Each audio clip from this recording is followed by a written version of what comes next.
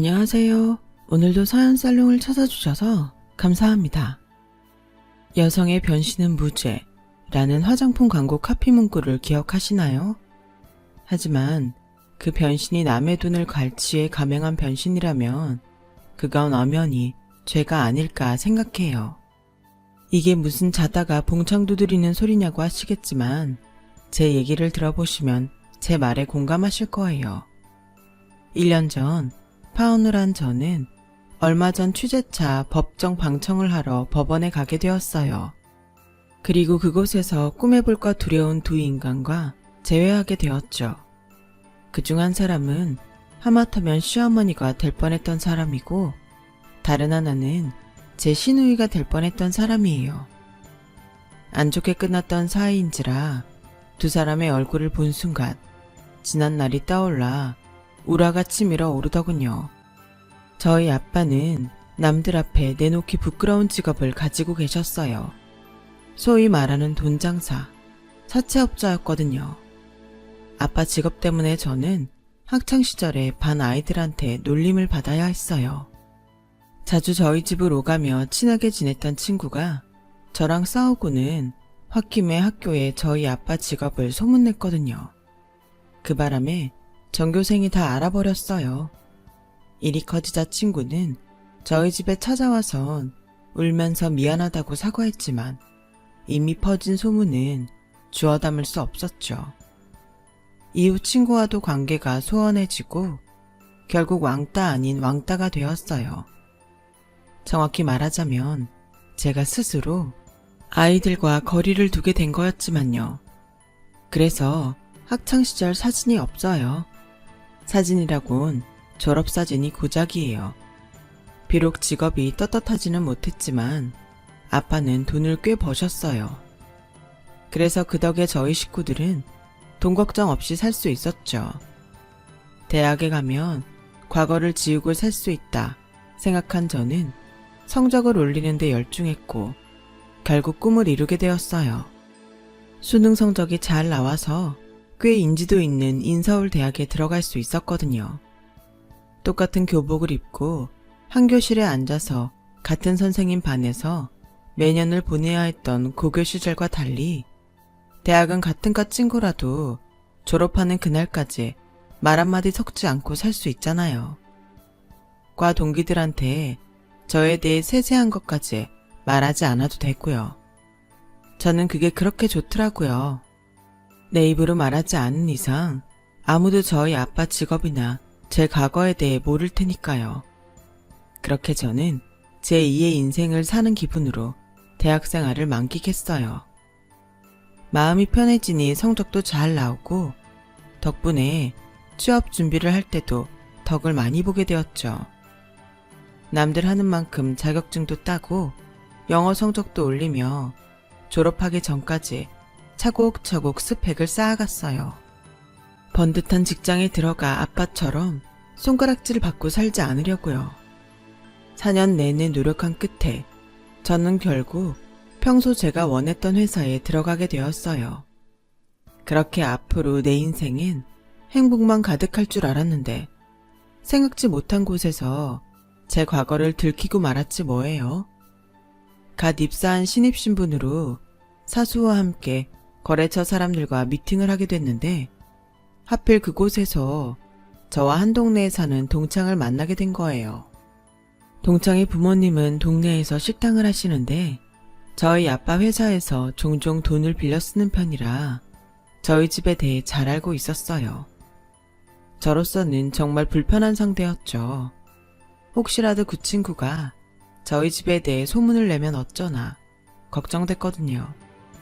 하지만 제 걱정과 달리 동창은 일 외적인 부분에 대해서는 함구해 주었고 일은 무사히 끝이 났어요. 따로 인사하진 않았지만 고맙더군요. 그런데 프로젝트가 끝나고 일주일쯤 지났을까요? 저희 부서 사람들이 저를 대하는 게 조금 달라진 거예요.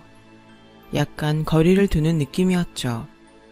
그러던 어느 날 제 사수가 둘이 따로 점심을 먹자고 하더라고요.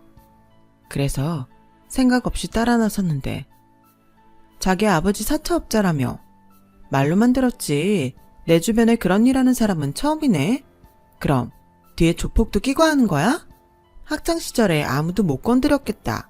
여차하면 떡대들이 찾아올 텐데 겁나서 누가 자기한테 까불었겠어? 사수는 장난처럼 한 말이겠지만 저한텐 한마디 한마디가 비수처럼 가슴에 꽂혔어요. 그래서 어떻게 알았냐고 물었더니 거래처 사람들 만났다가 그쪽 사람들이 그 얘기를 하더라고 하더군요. 솔직히 화도 나고 억울했어요. 저희 아빠가 사채업을 하는 건 맞지만 영화나 드라마에 나오는 것처럼 조폭을 데리고 다니면서 협박하고 그러지 않거든요. 그랬다면 그 동창네 부모님이 저희 아빠 회사를 자주 이용했겠어요? 그런데 자기네가 사채 쓰는 얘기는 쏙 빼고 저희 아빠만 악덕 고리대금 업자처럼 소문을 내다니 너무하잖아요. 그래서 사수한테 억울함을 토로했더니 헛웃음을 치며 그러더라고요. 그래도 이자는 많이 받을 거 아냐? 돈 많이 버는데 뭘 그렇게 억울해해. 억울하면 그런 일 안 하면 되잖아. 남의 일이라고 정말 쉽게 말하더군요. 그날 이후 사수는 대놓고 저를 까기 시작했어요. 서민 등쳐먹는 사채업자 딸 주제에 피해자 코스프레가 쩐다는 둥 누가 들어도 자극적인 말들로 저를 상종 못할 인간으로 만들었어요. 직장에서 받는 차별과 왕따는 정말 안 당해본 사람들은 몰라요. 학교에선 그래도 선생님들이 나서서 개입이라도 해주죠. 회사는 그런 것도 없더라고요. 직장윤리위원회에 투서를 했지만 저를 제외한 나머지 직원들이 입을 맞추니 저 하나 병신되는 건 시간 문제였어요. 결국 저는 사람들의 조롱을 받다가 1년도 못 채우고 회사를 나왔어요. 너무 억울하고 분해서 주먹으로 내 가슴을 치곤 했더니 목 아래쪽 가슴 부위에 시커먼 멍이 들었더라고요. 이렇게 살다간 내가 먼저 죽겠다 싶어 상담을 받기 시작했고 다행히 저와 잘 맞는 선생님을 만나 마음의 병이 차도를 보이기 시작했어요. 하지만 사람을 대할 때 전처럼 마음을 쉽게 열지는 못하겠더라고요. 상대가 다가오면 지레 겁을 집어먹곤 뒷걸음질 치게 됐거든요. 한때는 집안의 자랑으로 여겨지던 제가 입사한 지 1년도 안 돼 회사도 그만두고 방구석에 틀어박혀 있자 엄마가 걱정을 많이 하셨어요. 그래서 회사에서 있었던 일을 말씀드렸더니 아무 말도 못하시곤 제 어깨를 토닥여 주시더라고요.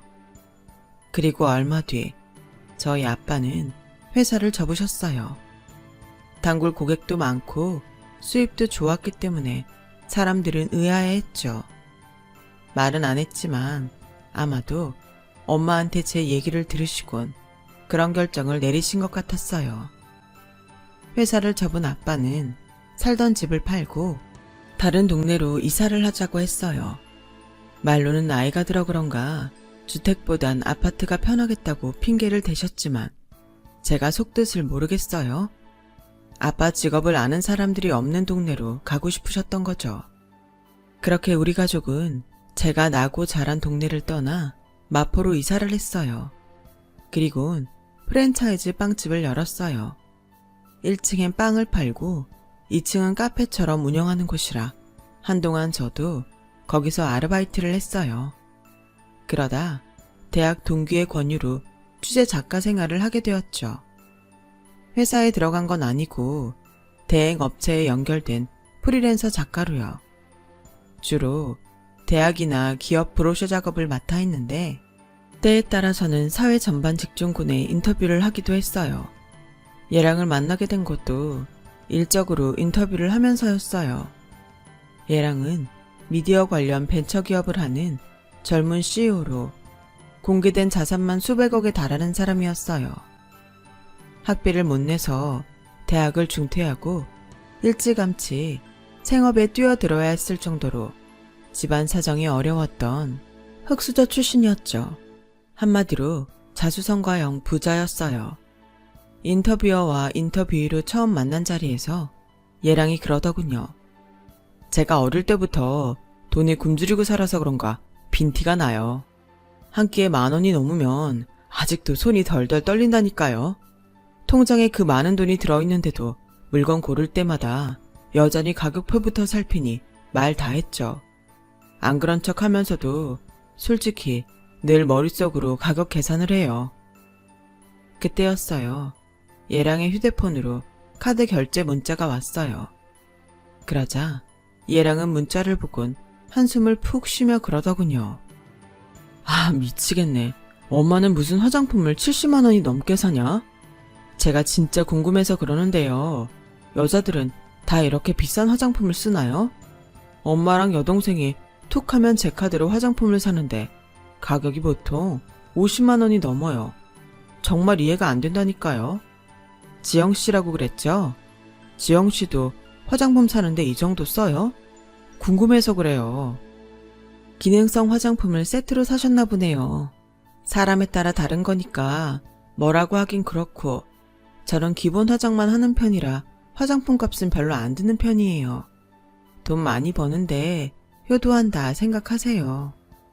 딱히 해줄 말이 없어서 얼버무렸더니 얘랑이 빤히 보며 그러더군요.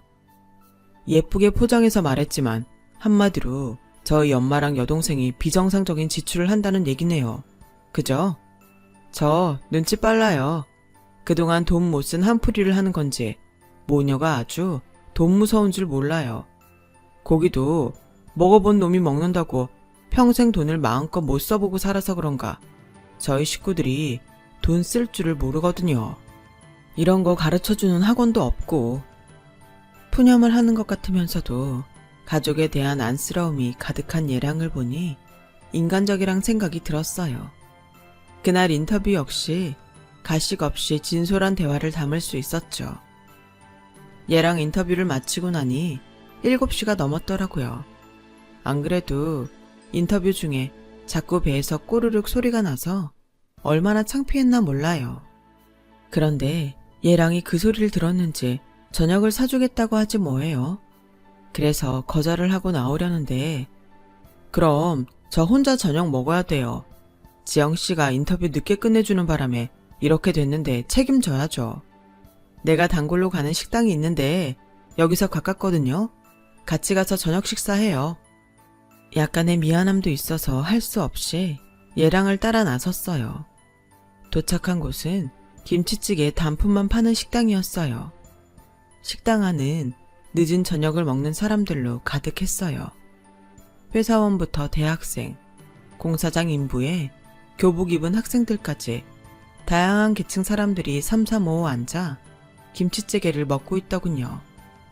얘랑과 함께 식당 안으로 들어가자 식당 사장님이 반겨주셨어요. 알고 보니 얘랑은 그 식당에 드나든 지 10년도 넘은 단골이더라고요. 앉자마자 주문도 안 받곤 바로 밑반찬과 넓은 그릇에 고봉밥부터 내주었어요. 얘랑은 찌개도 안 나왔는데 밑반찬에 밥을 반 공기나 먹어치웠죠. 전요, 열심히 일하고 이렇게 하얀 쌀밥에 밥 먹을 때가 제일 행복해요. 오늘도 내가 밥값을 했구나 싶어서요. 체면 차리지 말고 마음껏 드세요. 여긴 배 터지게 먹어도 둘이서 2만 원이 안 나오거든요. 밥 한 그릇에 세상 다 얻은 사람처럼 행복해하는 남자를 보니 저도 왠지 기분이 좋았어요. 그동안 사람들과 거리를 두고 내 안에 갇혀 지내다가 모처럼 외출해 시원한 바닷바람을 맞는 기분이었죠. 이 사람이랑 있으면 감출 것 없이 있는 그대로의 내 모습을 드러낼 수 있을 것 같았어요. 사람한테 받은 상처는 사람을 통해 치유한다고 얘랑이 제게 그런 사람 같다는 생각을 하게 됐죠. 그래서 그날 이후 굳이 그러지 않아도 되는데도 브로셔가 나왔으니 직접 만나서 전해주겠다는 핑계를 앞세워 만남을 이어갔어요. 이후에도 종종 만나 밥도 먹고 치맥을 하면서 친구와 애인 중간쯤 되는 거리로 데이트를 하게 되었죠. 얘랑은 늘 바쁜 사람이었지만 저와 만날 시간은 반드시 만들었어요. 그렇게 시작된 우리 관계는 1년이 지난 뒤 연인 관계로 발전하게 됐어요. 저는 프리랜서 취재 작가라 시간의 구애를 덜 받는 사람이었지만 얘랑은 내 시간에 쫓기는 사람이라 남들처럼 데이트 한번 마음 놓고 할 수 없는 게 흠이라면 흠이었죠. 시간이 지날수록 데이트 시간 때문에 불만이 쌓여가자 하루는 얘랑이 제게 투덜거리며 그러더군요. 아무리 생각해도 우리가 이렇게 만나는 건 비능률적인 것 같아. 이제 우리 그만 만나자. 순간 심장이 철렁 내려앉는 것 같았어요. 약속 시간 잡기 힘들다고 몇 번 짜증을 내긴 했지만 그렇다고 이렇게 막무가내로 헤어지자는 말을 할 줄은 몰랐거든요. 너무 자존심이 상해서 담담한 척 연기하려고 안간힘을 썼어요. 그래, 나도 이런 관계 지속하는 거 이제 진절머리가 나. 자기 못 봐서 안 달란 사람처럼 언제 보냐고 닭달 문자나 하고 있고 5분 대기조처럼 꽃받침만 하고 자기만 기다리는 거 정말 싫다고. 내가 먼저 말하려고 했는데 기왕 이렇게 됐으니 할 수 없네. 우리 이제 그만하자. 더는 시간 낭비, 돈 낭비 그만하고 끝내자고. 자기도 나랑 같은 생각을 했구나. 다행이다. 그러니까 우리 연애는 그만하고 그냥 결혼하자. 얼굴 잠깐 보고 헤어지는 거 감질나서 더는 못하겠어. 자기도 그런 거지? 아, 이래서 한국말은 끝까지 들어봐야 된다고 하나 봐요. 헤어지자는 소린 줄 알았는데 이게 청혼일 줄 누가 알았겠냐고요. 3분도 안 되는 그 짧은 시간 동안에 천국과 지옥을 오간 기분이었어요.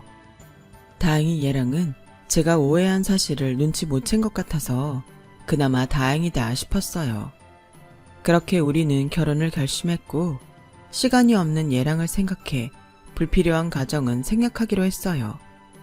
그래도 양가 어른들께 인사는 드려야 했기에 주말에 예비 시댁에 갔죠. 가족은 홀어머니와 여동생 뿐이니까 걱정 말라고 하더군요. 하여간 남자들은 뭘 모른다니까요. 시어머니의 시집 안 간 시누이까지 있으면서 뭘 걱정 말라는 건지 몰라도 너무 모르더라고요. 게다가 안 그래도 어려운 첫 대면인데 회사에 급한 일이 생겼다며 저만 두고 회사로 가버리지 뭐예요. 안 그래도 저를 어떻게 유래해 먹을까 궁리 중이던 두 여자는 얘랑이 자리를 비켜주자 대놓고 반기더라고요. 시간이 금보다 비싼 애를 붙잡아둘 수는 없지. 원래 결혼 준비는 여자들 목 아니겠니? 너도 알다시피 우리의 만한 남편감이 세상에 또 어딨겠니? 돈 잘 벌어오지 집 비우는 시간 많지. 하루 세끼 챙겨 먹일 필요도 없으니 여자 입장에선 완전 거저먹기 아니니? 나도 그런 남자 있으면 당장이라도 시집가고 싶다 얘. 넌 전생에 나라라도 구했나 보다. 그러지 않고서야 어떻게 우리 애 같은 남자를 만나니? 복도 많다 정말. 그래서 말인데 이런 결혼하면서 너도 어느 정도 성의는 보여야 하는 거 아니겠니? 그렇다고 촌스럽게 열쇠 개수로 혼수 따지고 그러기는 싫다. 혼수야 원래 니들이 쓰려고 준비하는 살림살이 아니니. 종훈이 사는 집에 이미 가전제품이며 가구까지 다 돼 있는데 굳이 살 필요가 있나 싶기도 하다만 그래도 뭐 니들이 쓸 거니 알아서 해라. 니 마음대로 고르면 그만인데 내가 감나라 배나라 할 거 없다는 얘기다. 안 그러니? 인상만 봐서는 꽤 깐깐한 시어머니 같았는데 의외로 쿨한 것 같았어요. 대신 예단은 내가 원하는 대로 해줬으면 좋겠다. 그 말에 드디어 올 것이 왔구나 싶더라고요. 설마 에르메스 백이나 다이아 반지, 모피코트 같은 걸 원하는 게 아닐까 지레 겁을 먹고 있었죠. 그런데 그 말이 떨어지기가 무섭게 신우의 얼굴에 화색이 돌더라고요. 엄마, 기왕 하는 김에 코도 하고 싶어. 콧대랑 코끝도 해줘. 눈만 하면 티도 안 난다니까. 상황 봐서 양악도 할 수 있으면 그것도 하고 싶은데 해도 되지? 도대체 뭔 소리를 하나 싶었어요. 예단 얘기를 하다가 뜬금없이 성형수술 얘기를 꺼내다니 도통 모르겠더군요. 알았어. 좀 기다려 기집애야. 이른감이 없진 않지만 말 나온 김에 까놓고 얘기하마. 우린 결혼식 때 부를 친척도 별로 없고 식구라고 해야 이게 다다. 예단이라고 따로 할 것도 없지 뭐. 그냥 구색 갖추는 수준으로 하자꾸나. 내 아들 양복이랑 구두 내 한복이랑 얘 정장 한 벌. 혹시 모르니까 친척들을 이불 10채 정도면 될 거다. 이불도 비싼 거 할 거 없어. 남대문 시장 가면 한 채에 2, 3만 원 하는 거 널렸어. 그거면 돼. 생각보다 소박한 예당 규모에 괜히 겁을 먹었다는 생각을 했어요. 그런데 이거 다 해봐야 돈 천이면 뒤집어 쓰고도 남을 거다. 그래서 말인데 예단 적게 하는 대신 한 가지 더 해줬으면 좋겠다. 우리 애 성형수술 좀 해다오. 얘가 하필 지 아빠 닮아서 눈도 작고 콧대도 좀 낮지 뭐니? 지 오빠 나 닮아서 인물 하나 어디서 안 빠지는데 말이다. 딴 건 몰라도 눈이랑 코는 꼭 해야 돼. 그렇다고 너 시간 뺏어가며 성형외과 쇼핑하자는 거 아니다. 이미 병원 물색해서 견적까지 다 뽑아놨으니까 넌 신경 쓸 거 없다. 그냥 수술비 계산만 하면 돼. 얼마나 편하니? 너 번거로울까봐 밥까지 떠서 입에 넣어주는 격인데. 안 그래? 넌 결혼 잘하는 줄이나 알아. 그 소리를 듣자 기가 막히고 코가 막혀서 말도 안 나오고 헛웃음이 났어요. 그러니까 지금 저한테 예단으로 신우이 성형수술을 해주란 거네요. 그래, 뭘 같은 얘기를 2번 하게 만드니? 어차피 예단비 쓸 거 우리가 원하는 걸로 해달라는데 뭐 문제 있니? 아니, 그래도 이건 좀 아닌 것 같아요. 왜 아가씨 성형수술을 저희 집에서 해줘야 하는 거죠? 뭔가 착각하시는 모양인데요. 저 결혼 구걸하러 온 거 아니에요. 물론 종훈 씨가 돈 잘 버는 사업가라서 저희 집이 기운다 생각하고 이러시는 모양인데요. 저희 집도 살 만큼 살아요. 저도 배울 만큼 배웠고요. 이렇게 저 자세로 고개 숙여가면서 결혼 구걸할 입장 아니라고요. 그랬더니 얘랑 여동생이 달려들더군요. 사차업자 딸이라 겁이 없긴 하네. 엄마, 내가 뭐랬어. 돈놀이하는 집은 격떨어져서 안 된다고 했잖아. 여차하면 우리 집에 조폭 풀지 누가 알겠어? 진짜 짜증난다니까. 그리고요 언니, 솔직히 언니 집에 돈이 많겠어요? 우리 집에 많겠어요? 언니네 아빠 사채업 손 떼고 동네서 빵집 한다면서요. 연매출이 1억 원 돼요? 안 되죠? 우리 오빠 회사는 앞으로 돈 쓸어 담을 일만 남았는데 비교가 되겠냐고요. 고생은 우리 식구가 다 하고 언니는 손 하나 안 대고 수백억 자산과 남편 그늘에서 살게 됐는데 이깟게 뭐라고 산통을 깨라는 건지 모르겠네요. 정신 차려요. 솔직히 언니 아니래도 우리 오빠 정도면 결혼해달라는 여자가 한 트럭도 넘으니까. 앞으로 평생 사모님 소리 들으면서 떵떵거리고 살 텐데 신우이 성형수술비 내주기 싫어서 이 난리예요. 지나가던 개가 웃겠네. 우리가 뭐 돈이 없어서 언니한테 수술비 내라고 하는 줄 알아요? 다 언니 성의를 보려고 그런 거라고요. 뭘 알지도 못하면서 큰 소리야. 그래, 그건 우리의 말이 맞다. 솔직히 너 내 아들이랑 결혼해서 신분 세탁하려는 거 아니니? 그럼 그에 상응하는 대가는 치러야지. 어디서 맨입으로 먹을 생각을 해? 아주 날강도가 따로 없잖아. 정 못하겠다면 됐다. 네 복 네가 차는데 뭐라 하겠니? 하지만 이거 하나는 똑똑히 알아둬라. 나중에 받아달라고 울고불고 해도 우린 너 안 받아준다. 이 정도도 못하겠다는 애 나도 며느리로 들을 생각 없단 얘기야. 모녀가 아주 북치고 장구치고 난리를 치더라고요. 그래서 더는 말 않고 그 집을 나왔어요. 그리곤 얘랑한테 전화해 그날 있었던 일을 모조리 전했어요. 얘랑도 저처럼 황당해할 줄 알았죠. 그런데 짜증을 확 내며 그러더군요. 아, 도대체 여자들은 왜 그래? 그게 싸울 일이 되냐고. 기집애는 멀쩡한 얼굴을 왜 뜯겠다고 난리를 쳐서 그런데? 그리고 자기도 그래. 그런 일은 자기 손에서 해결하면 안 돼? 수술을 해주든 아님 수술해달란 말도 못하게 잡아버리든 제발 좀 자기가 알아서 처리해. 난 지금 회사 일로도 머리가 터질 지경이란 말이야.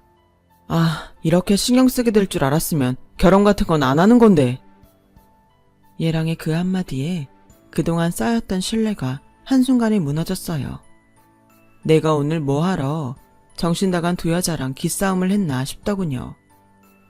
암튼 난 수술을 하든 어쩌든 관심 없으니까 자기가 알아서 해. 나 지금 바쁘니까 자꾸 전화하지 말고 얘랑은 말도 안 되는 자기네 식구들 행동을 미안해하기는커녕 별거 아니란 듯이 전화를 끊었어요. 아니, 바쁘면 자기만 바쁘대요? 내가 누구 때문에 이 난리를 치고 있는데 저한테 이러는 거래요? 그런데 그때 모르는 번호로 전화가 왔어요. 받아보니 예비 시누이더군요. 아까는 경황이 없어서 말을 못했는데 자기 오빠한테는 오늘 일을 비밀로 해달라더군요. 그래서 이미 말했다고 했더니 갑자기 쌍욕을 하는 거예요. 순간 녹취를 해야겠다 싶어서 휴대폰 녹음 버튼을 눌렀어요. 정말 입에 담기 힘든 욕설을 내뱉던 예비 시누이에 이어 옆에서 참견하던 예비 시어머니까지 합세해 협박에 가까운 말들을 쏟아냈어요. 그래서 이거 녹취 중이고 나중에 이런 식으로 나오면 법정 싸움도 불사하겠다고 했더니 바로 끊더군요. 마른 하늘에 날벼락 떨어진 것처럼 핑크빛으로 물들어 있는 줄 알았던 제 인생에 그렇게 먹구름이 몰렸어요. 이후 예비 시어머니와 예비 시누이는 저희 아빠 가게까지 찾아와 난동을 부려댔고 그럴 때마다 얘랑은 바쁘단 핑계로 일관했어요. 그래서 참다 못한 저는 파혼을 선언하고 두 여자한테 영업방해와 파혼에 이르게 한 죄를 물어 위자료 청구를 하겠다고 했어요.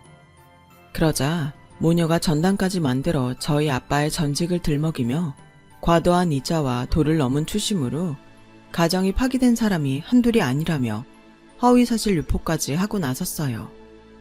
참다 못한 아빠가 변호사를 선임해 법정 대응에 나섰고 결국 얘랑의 법무팀에서 합의하자고 왔더군요. 재발방지 약속과 영업방해, 허위사실 유포에 따른 피해 보상 등 그에 상응하는 위자료를 지급받고 소송을 취하해 주기로 했어요. 그렇게 저는 파혼을 하게 된 거예요. 파혼에 이르기까지 몇 달 동안 하도 두 여자한테 시달려서 그동안 얘랑과 만나면서 보냈던 행복한 시간들이 하나도 기억 안 날 정도로 싹 지워져서 오히려 헤어질 땐 후련하더군요.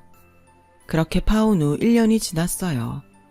저는 여전히 취재작가 생활을 하며 살고 있었죠.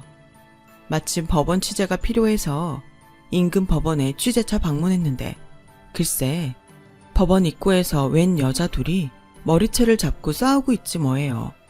구경꾼 중 한 사람한테 무슨 일이냐고 물었더니 아들 회사 법인카드로 모녀가 성형수술을 했는데 아들이 그걸 알고 회사 법무팀을 통해 엄마랑 여동생한테 소송을 걸었다는 거예요. 그랬더니 모녀가 서로 죄를 미루면서 저렇게 개싸움을 벌이고 있다네요. 하는 행동이 누굴 참 닮았다 했는데 그때였어요. 엄마한테 머리채를 잡혀있던 딸이 고개를 제 쪽으로 돌렸는데 맙소사 파혼한 얘랑의 여동생이지 뭐예요. 얘랑 여동생은 저랑 눈이 마주치자 얼른 고개를 돌려버렸어요. 그리곤 지 엄마한테 뭐라고 속삭이자 기겁을 한 얘랑 엄마가 얼굴을 가리곤 후다닥 도망을 치더군요. 업계 사람들한테 들어보니 얘랑은 저랑 파혼한 뒤로 두 모녀와 연을 끊고 살고 있다더군요. 돈줄이 끊긴 모녀는 잘난 아들을 내세워 주변에서 돈도 빌려 쓰고 회사로 찾아가 법인카드까지 훔쳐 쓰다가 결국 법정까지 오게 된 거였죠. 그 얘기를 들으니 진작 그 집과 연을 끊길 잘했다 싶었어요. 미리 화를 예방한 셈이니까요. 타인의 돈으로 자신의 이익을 당연한 듯 챙기려는 사람들은 분명히 대가를 치르게 마련이니까요. 어쩌면 가졌을 수도 있는 일말의 미련까지 하나도 없게 만들어져서 한편으로는 고마운 모녀네요. 많은 생각을 하게 하는 사람들이었습니다. 좋은 마음으로 살아가다 보면 결국 좋은 사람들을 알아보고 만나고 살아갈 수 있겠죠. 지금까지 제 사연을 들어주셔서 감사합니다. 여러분의 곁에 소중한 인연들이 삶을 풍요롭게 하길 바랍니다. 여러분, 사연 댓글에 응원과 현명한 조언 부탁드려요. 좋아요와 구독은 저에게 큰 힘이 됩니다. 오늘도 좋은 일 가득하세요.